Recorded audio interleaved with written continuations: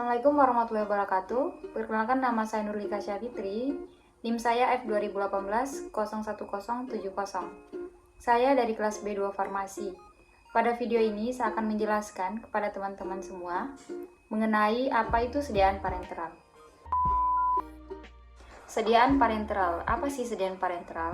Sediaan parenteral merupakan sediaan steril di mana penggunaannya tidak melewati mulut, yaitu langsung ke dalam pembuluh darah. Sediaan parenteral sendiri dapat dikatakan bahwa obat dimasukkan ke dalam pembuluh darah, yaitu tidak melalui saluran pencernaan dan dapat memperoleh efek yang lebih cepat atau lebih singkat daripada penggunaan secara oral. Keuntungan dari sediaan parenteral. Keuntungan dari sediaan parenteral itu ada beberapa. Yang pertama yaitu efek obat cepat, seperti yang dikatakan tadi bahwa karena penggunaannya dia langsung kepada pembuluh darah dan tidak melewati mulut, maka efek dari obat yang dirasakan itu akan lebih cepat daripada penggunaan obat secara oral. Kedua, memiliki BA yang baik, hampir sempurna.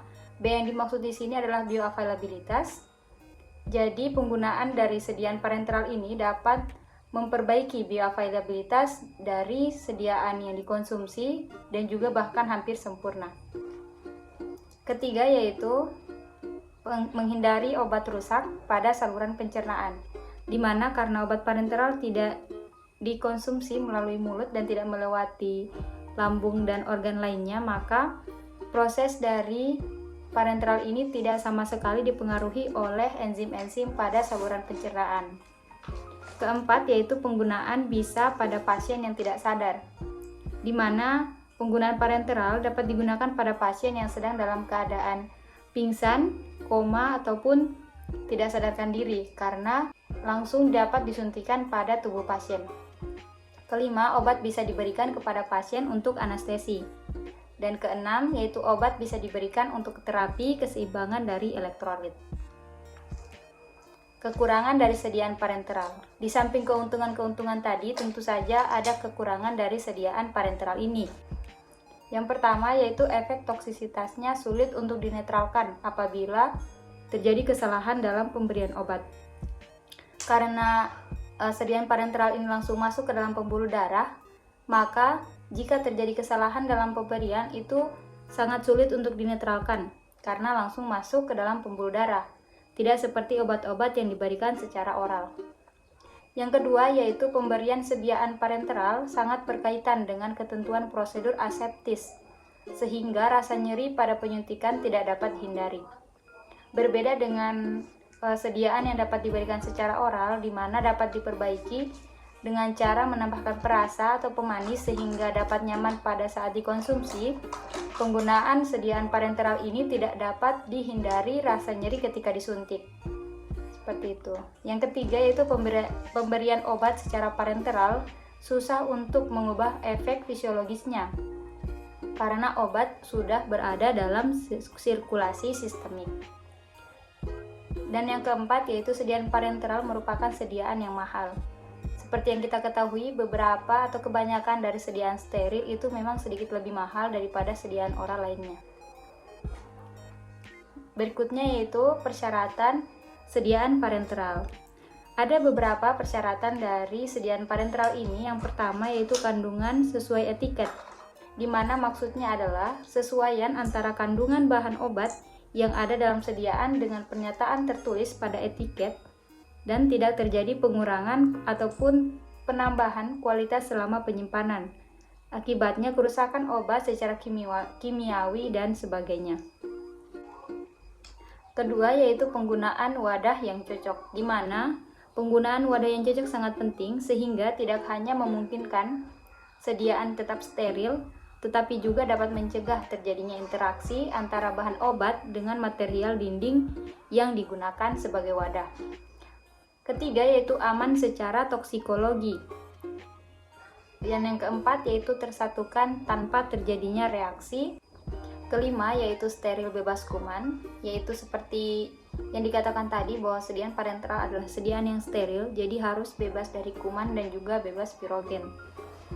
Yang ketujuh yaitu isotonis, di mana isotonis ini yaitu artinya larutan yang konsentrasi zat terlarutnya sama dengan cairan di dalam sel karena langsung disuntikan ke dalam pembuluh darah. Yang terakhir yaitu haruslah isohidris.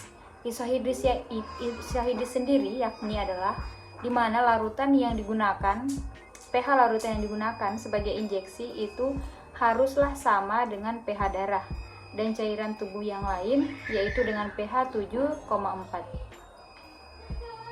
Rute pemberian dari sediaan parenteral. Di sini ada 7 rute pemberian. Yang pertama yaitu subkutan atau subkutis, intramuskular, intravena, intratekal, intraspinal, intraperitoneal, intradermal, dan intraarteri. Rute pemberian yang pertama yaitu rute pemberian secara subkutan. Subkutan atau pemberian yang melalui di bawah kulit itu merupakan suntikan yang langsung ke dalam tubuh melalui bagian kulit yang sedikit terdapat lemak. Seperti yang dapat dilihat pada gambar di samping, di mana suntikan langsung diberikan kepada bagian lemak yang ada pada kulit, di mana biasanya volume pada pemberian subkutan ini yaitu sebanyak 1 ml. Yang kedua yaitu rute pemberian secara intramuskular, di mana seperti namanya yaitu langsung diberikan kepada ke dalam jaringan otot seperti jaringan otot paha dan juga otot pantat. Ketiga yaitu rute intravena, di mana seperti namanya juga langsung diberikan kepada pembuluh darah vena seperti gambar di samping, di mana pemberian obat itu di bawah kulit tepat dalam pembuluh darah, di mana juga injeksi volume yang diberikan itu kecil dan dilakukan pada jaringan longgar di bawah kulit, biasanya pada permukaan terluar dari lengan ataupun paha. Digunakan untuk obat yang tidak menyebabkan iritasi jaringan, absorpsinya lambat dan juga konstan sehingga efeknya dapat bertahan lama. Contoh penggunaannya seperti yang biasa kita lihat yaitu penggunaan untuk sediaan infus di rumah sakit. Rute pemberian yang keempat yaitu rute intraspinal, di mana pada gambar di samping dapat dilihat rute ini langsung disuntikan ke dalam sumsum tulang belakang, di mana spoid ataupun kateter yang digunakan itu langsung disuntikan dan masuk ke dalam epidural space pada sumsum tulang belakang manusia. Rute yang kelima yaitu rute peritoneal, di mana kateter yang digunakan itu langsung dimasukkan ke dalam rongga perut dengan operasi untuk tempat memasukkan cairan steril seperti contohnya cairan steril CAPD atau Continuous Ambulatory Peritoneal Dialysis seperti gambar di samping dapat dilihat. Kemudian rute yang keenam yaitu rute intraartikular, di mana dapat dilihat pada gambar di samping penyuntikannya atau injeksi dilakukan langsung ke dalam sendi. Di gambar itu terlihat bahwa injeksi langsung disuntikan pada sendi bagian lutut manusia.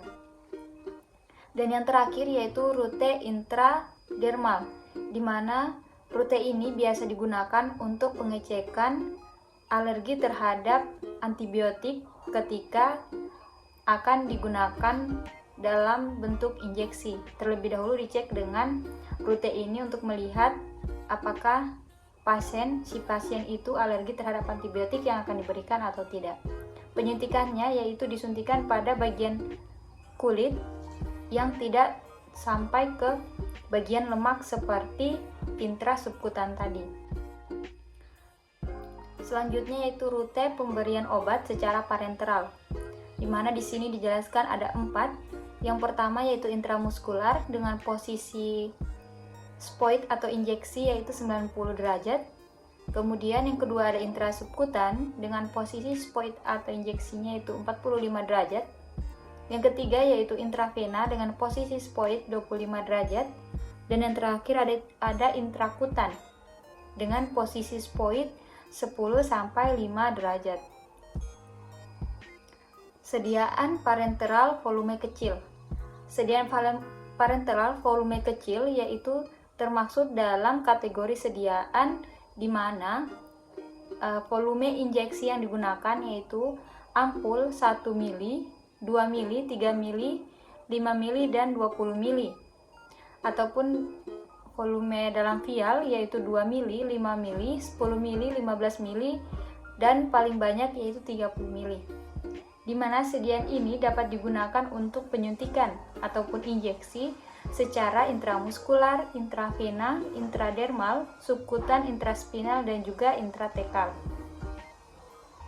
Dan yang kedua yaitu sediaan parenteral volume besar, di mana sediaan parenteral volume besar itu menggunakan kontainer atau kemasan yang berisi larutan injeksi dengan volume 100 ml ataupun lebih, biasanya untuk pemberian secara intravena. Kemudian terdiri dari larutan elektrolit seperti NaCl dan juga KCl, dan larutan non-elektrolit seperti dektrosa dan juga manitol.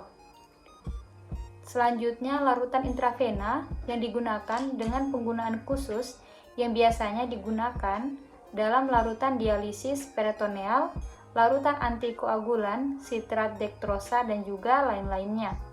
Dan terakhir, larutan parenteral volume besar ini biasanya tersedia dalam kontainer dengan volume 500 ml sampai 1000 ml.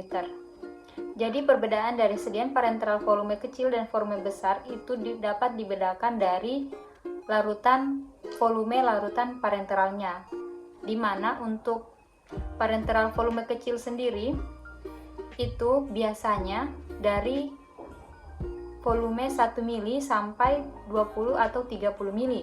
Sedangkan untuk parenteral volume besar itu dapat mencapai 1000 mili. Dari 100 ml sampai 1000 ml. Sediaan parenteral berbentuk serbuk, di mana sediaan ini dapat didefinisikan sebagai sediaan yang kering, melarut atau tidak melarut, atau bentuk suspensi, untuk dikombinasikan dengan suatu pelarut atau pembawa sebelum digunakan.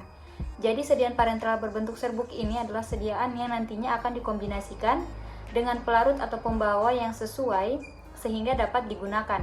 Biasanya tersedia dalam bentuk kemasan vial, misalnya seperti injeksi penisilin, ampicillin, dan amoxicillin.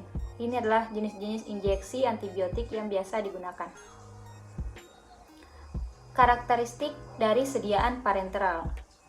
Yang pertama yaitu steril. Steril ini adalah salah satu karakteristik yang utama, di mana karena sediaan parenteral merupakan sediaan steril, maka semua bentuk dari sediaan ini haruslah steril atau bebas bakteri dan juga pirogen. Yang kedua yaitu bebas dari partikel yang berukuran besar. Ketiga, stabil secara fisika dan kimia dalam kurun waktu tertentu. Untuk sediaan parenteral sendiri haruslah stabil secara fisika maupun kimia.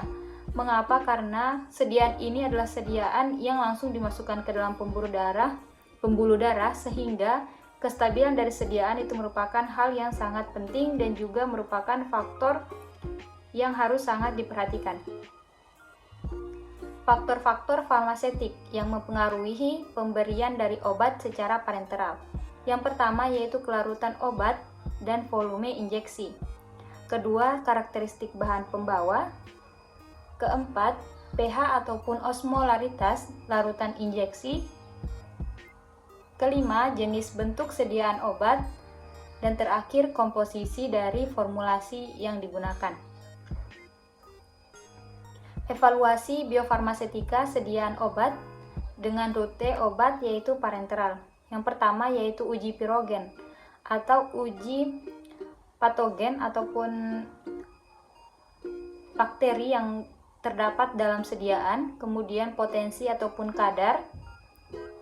Dan yang ketiga yaitu uji pH, yaitu harus disesuaikan dengan pH dalam darah atau pH dalam pembuluh darah yaitu 7,4. Keempat yaitu warna dan juga bau. Kelima, toksisitas merupakan hal yang sangat penting untuk menghindari terjadinya kesalahan pada saat penggunaan atau hasil yang tidak diinginkan pada pasien. Yang kelima yaitu wadah, sangat penting untuk menjaga kestabilan dari sediaan. Dan yang terakhir yaitu pengawet yang digunakan. Itulah tadi sedikit penjelasan dari saya terkait sediaan parenteral. Semoga dari video ini teman-teman sekalian dapat memperoleh sedikit ilmu mengenai sediaan parenteral.